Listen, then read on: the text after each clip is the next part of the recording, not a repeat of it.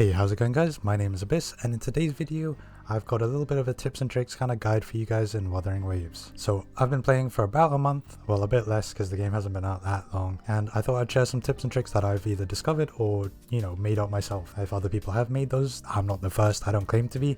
They're just things that I found out and want to share. So I want to start off with the exploration tips that I have for you guys. Firstly is just to use some taller characters. I've noticed that they seem to jump higher, and this is not a mechanic that I came up with myself. This is something I found just through TikTok scrolling.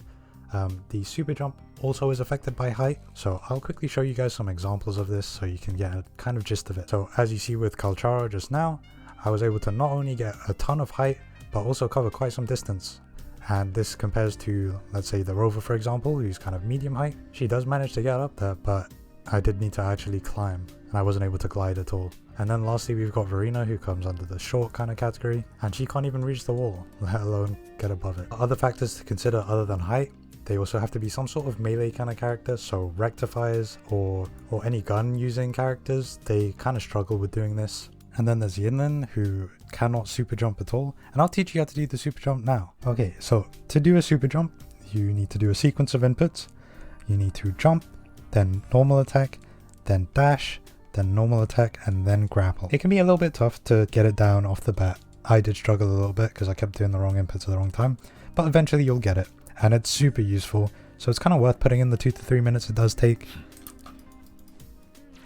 So there you go, that's the basic movement, and it's, you find more and more uses of it, and it's just a fun thing to do anyway.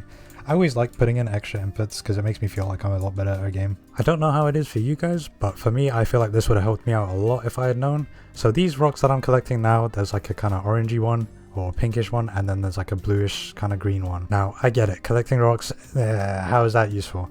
But it allows you to be a little bit lazier when it comes to searching for Sonnen's caskets, which are what enables you to get some more rewards. And I feel like just like the rest of you, I'm also on the lazier side, and all I give a shit about really is getting Astrite so I can pull those characters that I like. Finding a bunch of Sonnen's caskets to level up the little robot guy, that way you can get more Astrite and get an extra pull or two and some other XP stuff. This is something that you do unlock though, so once you do unlock it from Mackie, you can start using it. All you have to do is equip it in the little gadget menu, then use it, and it will point out on the map where the nearest Sonnen's casket is. At least I think that's how it works. However, this one decided to pick one that was a bit further away, so maybe that is the nearest one to me. I've collected most of them anyway. I do have the little robot guy maxed out. But yeah, this one was kind of a pain in the ass. You had to keep throwing those stupid rock things and breaking them to unlock another one just to throw that. But it did lead me to a new Sonnen's casket, so I don't think I would have found this one on my own, if I'm being perfectly honest, and I'm way too lazy to look up a interactive map for it.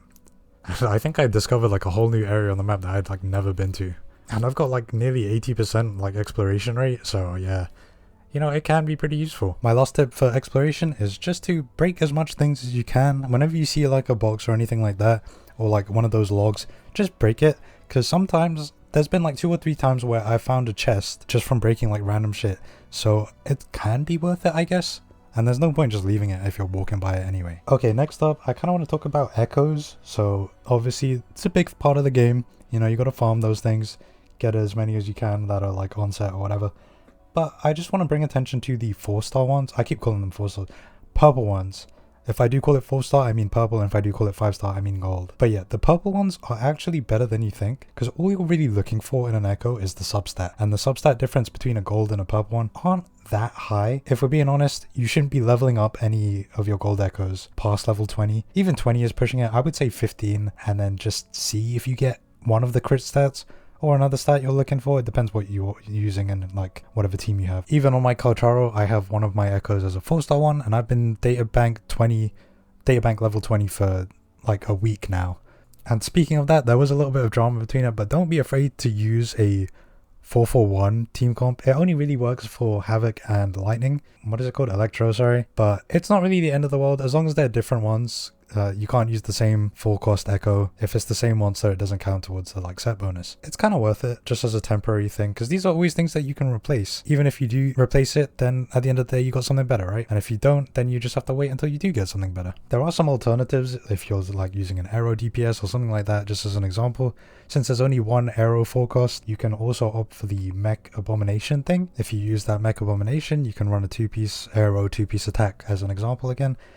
Just to have some extra crit rate or whatever other stat that you need. I did briefly say it earlier, but do not level your echoes past level 20, and even past 15 I think is pushing it. I don't really think you need to test to see a roll if you don't get any stat that you want in the first 3, even the first 2 maybe, but I think first 3 is probably the most comfortable.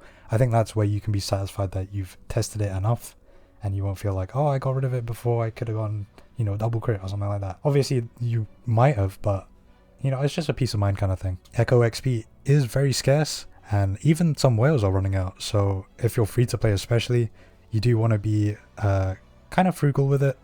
Just don't want to waste too many, because at the end of the day, a couple extra substats or a chance at it isn't really worth it, and it obviously does get more and more expensive the higher level the echo is. So from 20 to 25, I think you can get from 0 to like 18 or something like that. That's just a like random guess, but it's probably something like that, you know. Another thing you might want to like spend some time doing is the cooking and the synthesis things. They give some good amounts of astrite for leveling up, at least at the start. It's kind of worth it.